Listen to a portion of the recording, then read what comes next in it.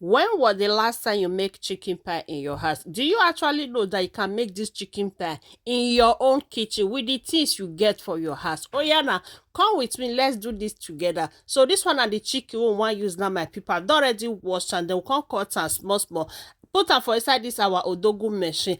Add that one spring onions and just two garlic. Okay, my people, when I see now, I don already blend that.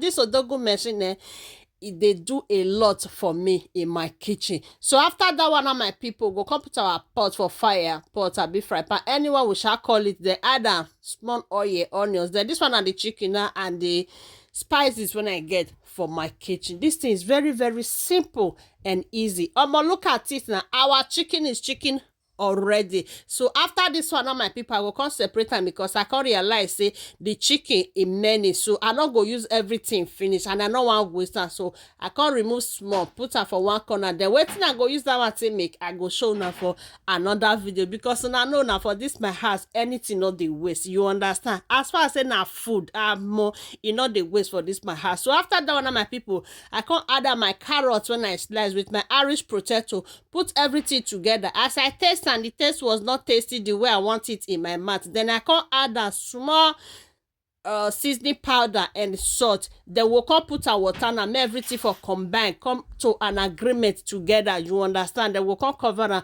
leave that one for one corner. Oh yeah, now more go another side, more go make our dough for the chicken pie. You understand? So I just use only one packet. Okay, that's 1 kilo. Then I can add my nutmeg, salt and small sugar. Now wait till they see for here, my people, now be this one. Then we can add our baking powder.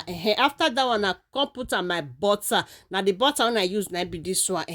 Mix everything together. I can put on my 3 eggs. Okay, they can add that with my milk. Use my milk to mix, and this one now option. Some people they use water, but me I prefer using my milk when I get from my kitchen. You understand? Now our dough is ready, neighbor. Then we can cover and leave her for one corner just for a few minutes. Okay, that the waiting una they see for you. So this one I go come put on water and a flour now I put for inside. That's a flour when I use to make the dough. That be this one. Mix it together with water. Then we come pour am for inside this our chicken and carrot when they one corner since they cook. You understand? Why I put and be say made the thing for not the come out for inside the chicken pie if we the roller. You understand? You know what I mean?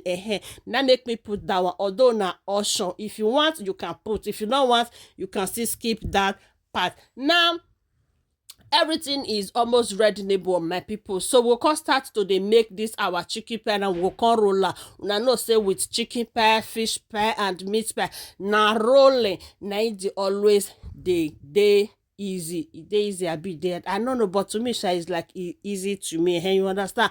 Then we'll can roll and then with this one. This thing I don't know say na so e be. Now my first time they use this thing, they say people they use and now say make I give her a try. I waste my money when I say buy her. Although some people know how to use them, or maybe na me don't know how to use them. Look at the thing that they gum. You know they give me the vibe when I want. You understand? The thing not Greek cover. I try am for the second time. Now I throw away for one corner. I use the method when I start be right from time. Can't use my hand and my fake I be fuck. Anyone we shall call it, you understand? So my people now don't try. The thing was not giving me the vibe that I want. Oh yeah, now may we go to the method when me I know personally, you understand? So now be this one. So after this one, my people, then our meat pie will soon be ready. So my people, if you know, see, don't watch this video, reach here. Now it's me saying the enjoy them, but you don't want follow, you don't want like I Jokilo day. What is going on? Oh yeah, now help a sister, help a mother. As you do, may God highly bless you. And to my returning followers, I say may God bless you all. As soon as they support una get. Look at it now. Our meat pie is meat pie and is ready, neighbor. Look at it now. After this one, I will just put her for our oven for few minutes. Voila, our meat pie is ready, neighbor. What do you guys think? From 1 to 10. How many will you give me? Oh yeah, now give me my mark on the comment section. This meat pie is giving everything you need in your chicken pie. Thank you guys for watching and see you all in my next video. Now bye for now.